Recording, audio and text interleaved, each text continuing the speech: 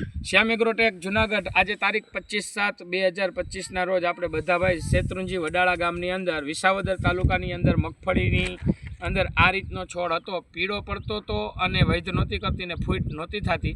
એના માટેનો અમારો જે ડોઝ માર્યો છે દરેક ખેડૂતને બતાવો. આ અમારો ડોઝ 19-19 ખાતર, જિબ્રેલિક એસિડ, અમારું આ ટાઇટન અને અમારું આ સ્ટાર 56 આ ડોઝ એને મારી અને એને સારું એવું રિઝલ્ટ મળ્યું છે. તો આપણે બધા ભાઈ પાસેથી જ સાંભળીએ કે એને કેવું રિઝલ્ટ મળ્યું. બધા ભાઈ શું કહો છો તમે? બસ તમારા દવાથી અમારું રિઝલ્ટ બહુ સારું આવ્યું છે. બહુ સારું આવ્યું ને રિઝલ્ટ? ડોઝ આપ્યો તો કઈ ડોઝ ઊંચો લાગ્યો કે એવું કઈ લાગ્યું તમને? નહીં એવું નહીં ને. આ માંડવી પેલા આ રીતની જ થતી હતી, બરાબર છે ને? દરેક ખેડૂતને બતાવો. હા, અને અત્યારે એક છોડ બતાવી અને ડાયરેક્ટ ખેડૂતને લાઈવ બતાવો તમે. અત્યારે તમારી મગફળીનો છોડ જે નબળામાં નબળો છોડ હોય એ બતાવો. લઈ લ્યો નબળો છોડ, લઈ લ્યો લાઈવ ભાઈ બતાવો. લાઈવ બતાવો ખેડૂતને. નબળામાં નબળો છોડ હોય અને સારો થઈ ગયો હોય એ બતાવો. નબળામાં નબળો છોડ ત્યાંથી ઉપાડ્યો ગમે તમારે ગમે કોઈ પણ એક ઉપાડ્યો. હા આવો છોડે તો આવો હતો ને? આવો. હા, તો આની અંદર જુઓ આ રીતની ફૂટ થઈ ગઈ છે.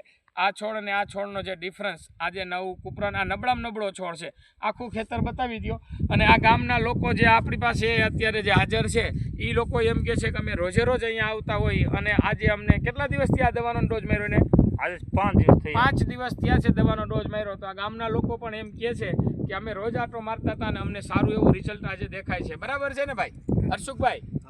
આ ભાઈ દીપકભાઈ પરવડાને બતાવો. દીપકભાઈ પરવડા ને લ્યો. દીપકભાઈ પરવડા શું કહો છો તમે? એમ બોલો. સરસ રિઝલ્ટ છે. અમે તો અહીંયા બધા ભાઈની માંડવી જોતા હોય કે પેલા પાણી લાગી ગઈ હતી, બહુ માંડવી નબળી હતી, પણ આ ડોઝ જે માર્યો તે પછીનું રિઝલ્ટ બહુ સારું મળ્યું. શું કહો છો બાપા તમે? બતાવે છે ને કુણપ? આ બાપા એવું કહે છે કે કુણપ બતાવે છે. બધા ભાઈ તમે અહીંયા આવો પાછા. જે આ બધા ભાઈ છે, આ ભાઈ છે ને એ અહીંયા ભાગ્યું રાખતા હતા પણ હવે હાઈખે જમીન રાખી અને અહીંયા કેટલા વીઘા જમીન વાવો છો બધા ભાઈ? 30 વીઘા હાઈખે જમીન રાખી અને ભાઈ વાવે છે અહીંયા શેત્રુંજી વડાળા વિસાવદર ગામની અંદર. જોઈ લેજો દરેક ખેડૂતો આવી રીતે જે આ ભાઈ જે ઓછા ખર્ચે વધારે ઉત્પાદન કરે છે.